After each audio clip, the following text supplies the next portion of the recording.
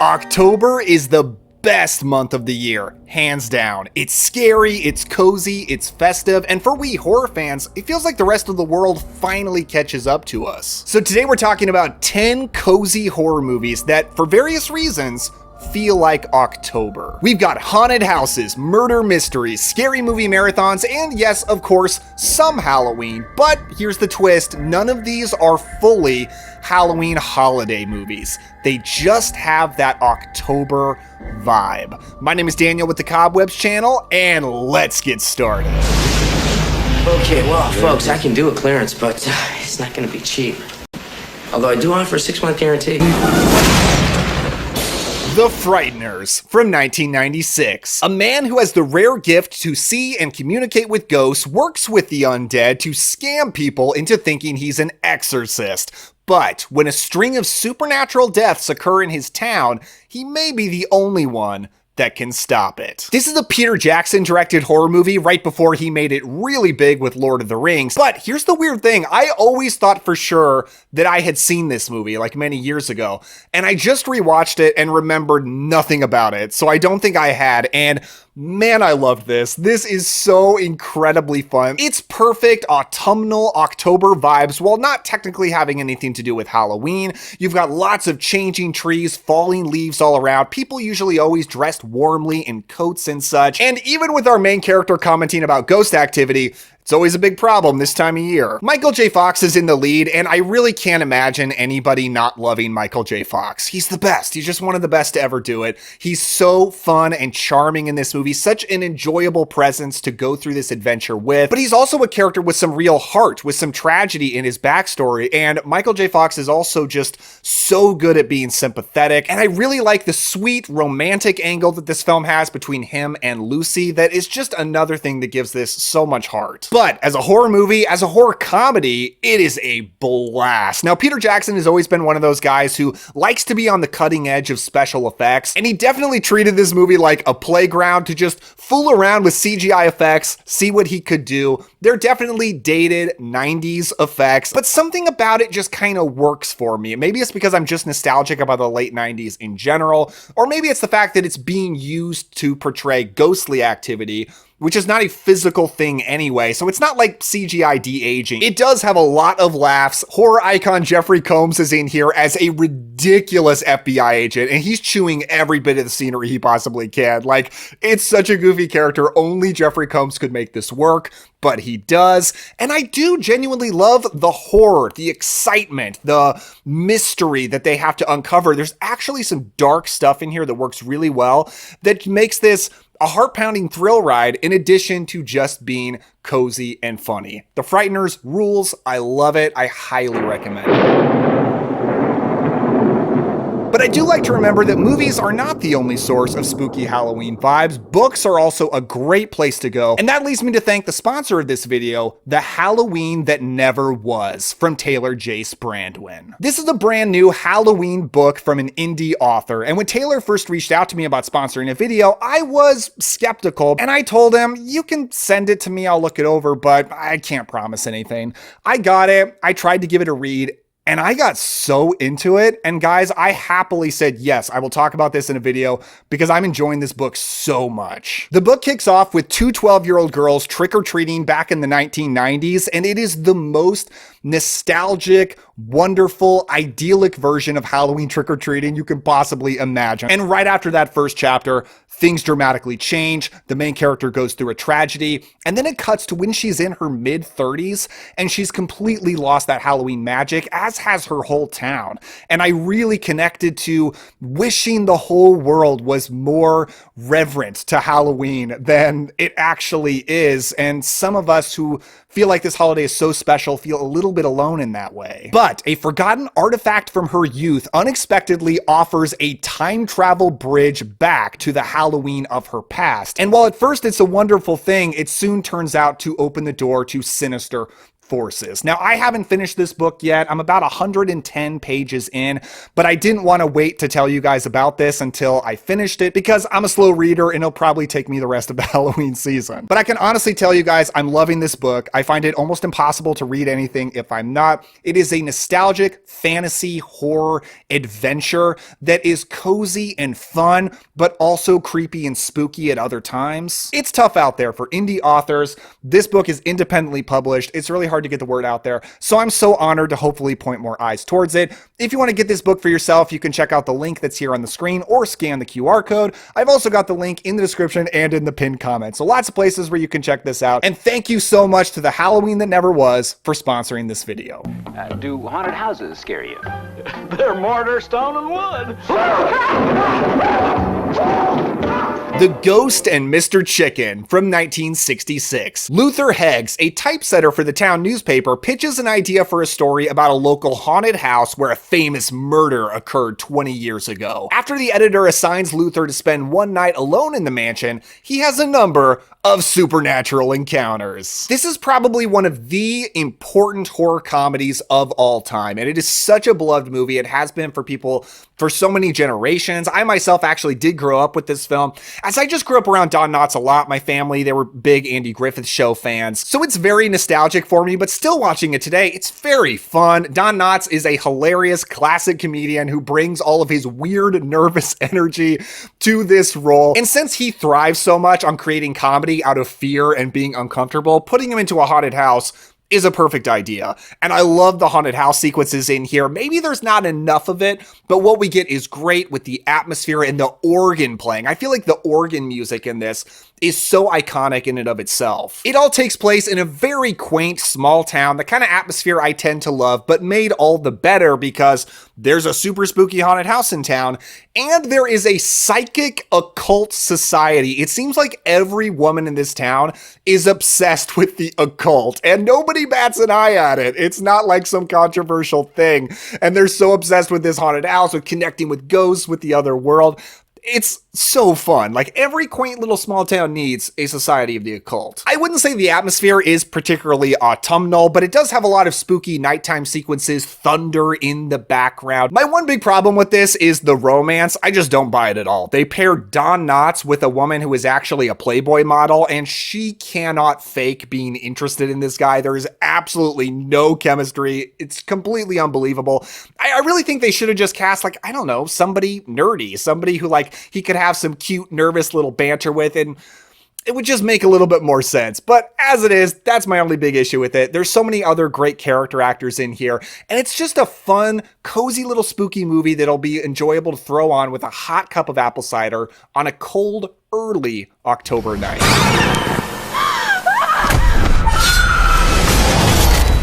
Night of the Reaper from 2025. College student Dina visits home and is roped into a one-night babysitting gig. The local sheriff is mailed a piece of evidence and is led on a scavenger hunt to reveal the killer of another babysitter. Now, this is a brand new film that just went directly to Shudder, and I am not giving this a high recommendation. I'm giving kind of a mid-moderate recommendation. This list isn't ranked, by the way. Since a lot of horror fans are checking it out right now, I thought you'd like to hear about it, and it is genuinely perfect for this list, because my favorite thing about this movie is just how it feels. It's yet another 80s throwback taking place in the 80s, being made to look and feel like one of those movies, a John Carpenter movie more than anything else. But it looks great. It's got a really classic vintage look to it. A lot of people are calling this a Halloween movie, but I think that's going a little bit too far. It's just clearly taking place during October. It's got a very autumn feel. It looks completely Midwest with a fall chill going on with the changing trees, the falling leaves, and Halloween decorations around. But the movie doesn't have anything to do with Halloween. Halloween is not mentioned. It's clearly not on Halloween night. It's just an October movie. I like the characters enough. They were pretty interesting, pretty likable, and there is some good tension here. But I do have some problems with this one. Number one, it's got way too much police procedural stuff. I really don't think time dedicated to the cops investigating really fits for a slasher, and I don't think it perfectly works here. And while the first 2/3 do feel pretty traditional, the movie takes an interesting pivot in the third act. I'm still wrestling with how I feel about it. I just don't feel like it's handled quite well enough, and part of that has to do with the killer reveal, which I think is bad. I don't think it works. I think it's ill-conceived, and it's just kind of bad. But the killer is cool looking. I love a Grim Reaper for Halloween, and the way the killer films the kills on VHS tapes gives this a little bit of a found footage, almost sinister kind of feel, which is pretty cool. Are you ready? Popcorn. Buy a bag. Popcorn from 1991. While holding a horror film festival, a group of film students find themselves stalked by a madman who may have a sinister connection to a cult leader. This is such an enjoyable, obscure slice of 90s horror that the first time I saw it a few years ago, I thought it was pretty good, but rewatching it actually just last night, it turned into such a comfort watch. It may not immediately seem like an October movie because it's not autumnal at all, but that's partially explained by the fact that it was filmed in Jamaica. So it's got a little bit of a tropical look when you're outside. There's randomly a Jamaican reggae band that plays in between movies at the film festival. But this is here because scary movie marathons for me are absolutely synonymous with October. Every October for the past many years, I always do at least one scary movie marathon. And for the past couple of years, I've attended one in a movie theater with tons of other horror fans. So the way this movie portrays being in a movie theater, watching bad, schlocky, crazy horror movies, it is so fun. And if you're a fan of cult horror from this time period, you're gonna love the cast with people like Jill Schoelen from Cunning Class and Phantom of the Opera, Derek Rydell from Phantom of the Mall, Kelly Jo Minter from Nightmare on Elm Street 5, and even Dee Wallace. The kills are fun using the William Castle-like gimmicks that the film students have put in there. The killer is interesting. He's definitely influenced by Freddy Krueger, a talking, wisecracking kind of killer, and he was a little too over the top for me the first time I watched it. This second time, I kind of connected more to his sadness. He is a killer who is fully motivated by lifelong despair. I thought there was a little bit more going on there than I initially gave it credit. So I really enjoyed Popcorn. It's a strange movie, had an incredibly troubled production, so you might find it to be a little bit of a mess, but I think it works really well. And it even uses a bit of cursed film legend to the story, which is something I always think is cool. Some revolting sacrificial rite has been performed. What depths a human being can sink to. The Hound of the Baskervilles from 1959. This is the classic Hammer horror version of Sherlock Holmes. Now, The Hound of the Baskervilles is already the most horror-tinged Sherlock Holmes story there is, but Hammer even takes it a little bit further with some deviations from the story to fit it even more in that genre. And if you're a fan of classic Hammer horror, I mean, this is exactly that. It's directed by Terence Fisher, who did most all of their biggest movies, including their first Dracula and Frankenstein film. It's starring Peter Cushing as Sherlock Holmes, Andre Morell as Watson, Christopher Lee as Lord Baskerville, and the atmosphere is absolutely perfect. It's just as gothic as any Dracula movie they would ever make. It's got that classic Hammer fog, thunder going in the background, a cold, gloomy English countryside, and there's so much talk about not walking on the moors at night, which is one of the best spooky warnings you can ever be given. Of course, it is a bit of a monster movie with a monster hound after them, but I also enjoy the romantic angle here. They add more romance than the story usually has, and it's just cool getting to see Christopher Lee be a romantic lead. Of course, Peter Cushing is very good as Sherlock Holmes, although not necessarily one of my top favorites because I think he's a little bit too nice. He's got a bit too much of that Van Helsing energy, where I like Sherlock Holmes to have a bit more of an edge to him. But still, he looks the part perfectly. This movie looks amazing. It's just perfect for October vibes. Samantha. Sam. You're so cute. Deadly Friend. Deadly Friend from 1986. When tragedy strikes his remarkable robot that he made and the beautiful girl next door, lonely teenage genius Paul tries to save them by putting a robot brain into the girl. I remember when I first saw this movie, I was really in the mood for an 80s cozy horror film. And I remember I put on a different movie and it just didn't have that feel. I bailed on it, and then I put on Deadly Friend and it was absolutely perfect. It was exactly the kind of feeling movie that I needed that night. So it was kind of one of those magical viewing experiences, and ever since then I always enjoy revisiting Deadly Friend. It's a Wes Craven directed film who's one of my favorite directors of all time. I enjoy almost everything Wes Craven has ever done, but it's not one of his more classic films like Scream or Nightmare on Elm Street. It's one of his more campy films. But the fall atmosphere here is really good. The feeling of 80s suburbia.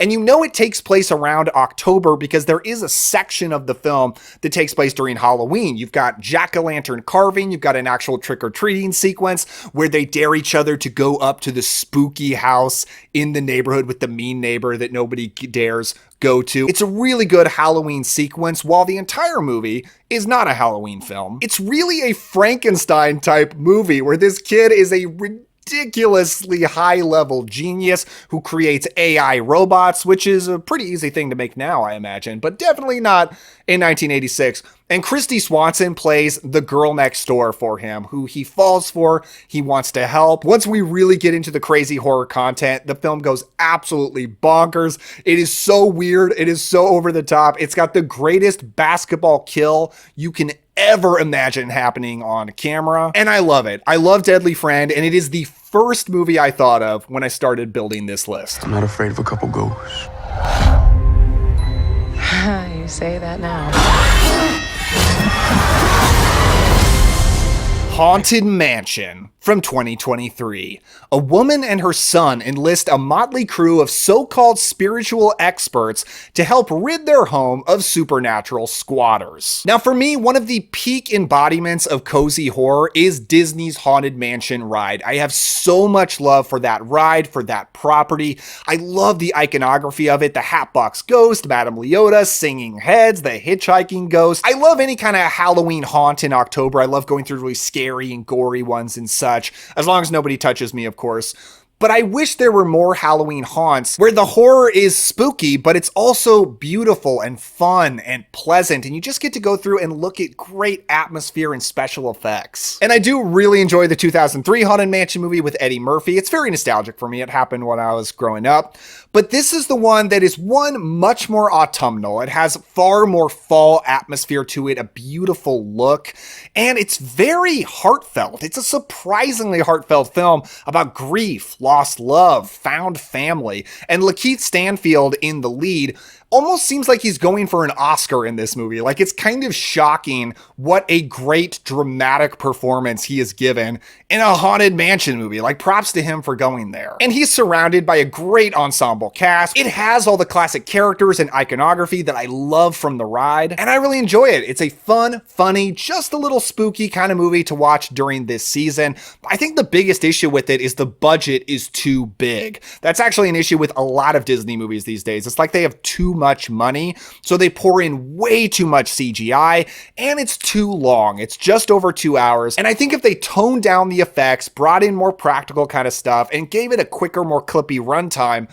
this would be something truly great. As is, it is just good, but easily good enough for me to recommend, and it's perfect for this list because while it almost has nothing to do with Halloween, it ends with a Halloween party telling you the movie took place over the October month, all leading up to the magical 31st. The worst kind of wolves are hairy on the inside, and when they bite you, they drag you with them to hell. The Company of Wolves. The Company of Wolves from 1984. An adaptation of Angela Carter's fairy tales, young Rosaline dreams of a village in the dark woods, where Granny tells her cautionary tales in which innocent maidens are tempted by wolves. Something that I think would be really interesting would be ranking horror subgenres on how perfect they are for the Halloween season specific. You can watch any kind of horror movie during October, but I think it'd be kind of weird to watch like an aquatic horror film like Jaws. That's a summer kind of movie, you know. But 3 subgenres that I think are some of the very best for October are werewolves, anthologies, and folk horror. And you get all three with The Company of Wolves. As a werewolf movie, it's great, but it's very different, very weird, heavily influenced by Little Red Riding Hood, but it does have two of the best werewolf transformations of all time, and this movie rarely gets that credit that it so richly deserves. The atmosphere of it is very autumn, taking place almost entirely in the woods, with leaves on the ground everywhere, overcast skies, and just having a perfect fairy tale village kind of feel, which is one of the best feelings you can get for autumn. It is rated R, but it's very close to being kid friendly. It's very much a coming of age kind of horror film, a showing of the darkness of childhood leading into adulthood, almost like a gateway horror film, but with some gore. I made a list earlier this year on my top fairy tale horror films. This one was number 1, and I stand by that. It is the best fairy tale horror film and one of the best movies you can watch for cozy October vibes. I'm Vincent Price, and you're invited to my party in the house on Haunted Hill. House on Haunted Hill. From 1959, Frederick Loren has invited 5 strangers to a party of a lifetime. He is offering each of them $10,000 if they can stay the night in a notoriously haunted house. This is one of the most Halloween movies of all time that has absolutely nothing to do with Halloween. Now, for me, in my childhood, it was always my dad's tradition to watch this on Halloween night. Still is his tradition. And when I became an adult and went out on my own, my tradition became Trick or Treat, the 2000s anthology movie. But that changed when I had a kid, and now Trick or Treat became a little bit harder to watch, especially when we're taking him out trick-or-treating. And now this last year, I set up a projector in my yard and I played House on Haunted Hill for the neighbors, for kids coming up getting candy. And it really struck me like this really is like the best Halloween vibes kind of movie without having any actual Halloween vibes. But it's got such good haunted house atmosphere. It has an actual walking skeleton, and a skeleton is one of the top icons of Halloween ever. So many porches during this month have a skeleton sitting right outside. It has visual representations of ghosts that are cozy, fun, but surprisingly creepy. I did find this movie kind of scary when I was a kid, and I didn't with the Universal monsters. So this one's got some kind of dark edge to it that makes it pretty special. And it has Vincent Price, the ultimate figure of comfort horror. He is a blast to watch in this, and it's so much fun to watch him have this crazy, vicious banter with his wife. I mean, the dialogue in this movie is like as good as anything else in here, and that makes it a pretty special thing. I love William Castle. We just mentioned him earlier with Popcorn paying a lot of tribute to him, and this is undoubtedly one of his best movies. If not, it probably is his best. Jolting tales of horror. Creepshow from 1982.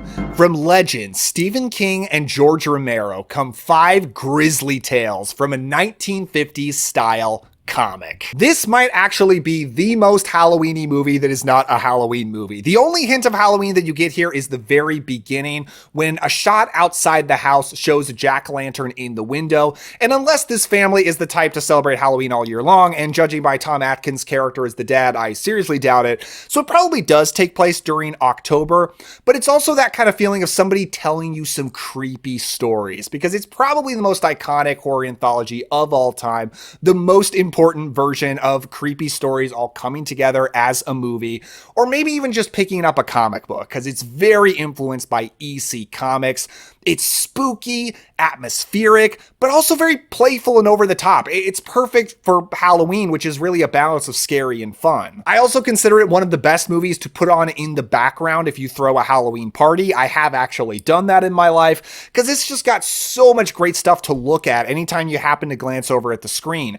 Graveyards, rotting corpses, monsters, creepy crawly bugs, ghosts. Even the lonesome death of Jordy Verrill, which is easily my least favorite segment, and the reason that I can't quite call this a perfect movie, it's a little bit too goofy for me, but even that's just got so much Halloween-y lighting with the green and the farm. Something about a spooky farm feels very Halloween for me. That's usually how I style my front yard during this season. It's an absolute classic. You've probably seen it many times. You're probably going to watch it again this month anyway, because it is just that perfect for October. Before I go, I just want to send out a massive Halloween thank you to my patrons. Your support truly means the world to me, and if anybody else wants to support me, there's always a link to my Patreon in the description below. And I want to give a special shout out to El Casa Mañana, Sarah Johnson, and Repo Jack. You all are the absolute best. If you want to check any of these out for yourself, I do have streaming recommendations right here on the screen, but of course those are subject to change, so I also have physical media links in the description, and using those does help support the channel. What are some other movies that you want to recommend for October? Let me know and everybody else down in the comments below. And I want to end with a quote from L.M. Montgomery: "I'm so glad I live in a world where there are Octobers." I'll see you next time.